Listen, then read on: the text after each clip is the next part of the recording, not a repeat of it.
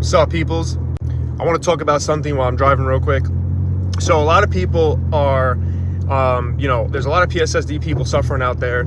I am not one of them, obviously, but I have a pretty good point to make. So I personally believe that a lot of people will have libido issues post SSRI or post any psychiatric medication.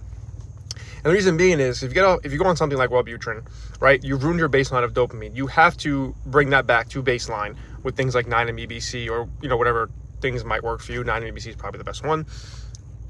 And the same thing with an SSRI, right?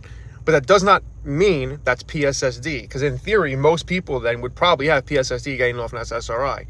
But if you still have a low libido due to an SSRI, or I'm sorry, getting after the SSRI, post-SSRI, that is not Pssd. Actually, there's a difference between having a low libido and full-blown sexual dysfunction, right? A low libido is kind of like, I'm not really in the mood most of the time, but I could get there if I really tried.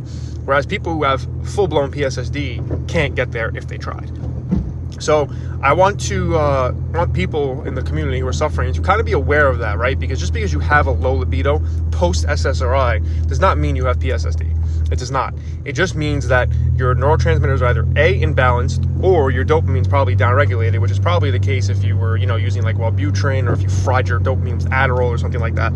So just keep that in mind while you're going through your, post SSRI journey, trying to figure things out. It's not all the time actual Pssd.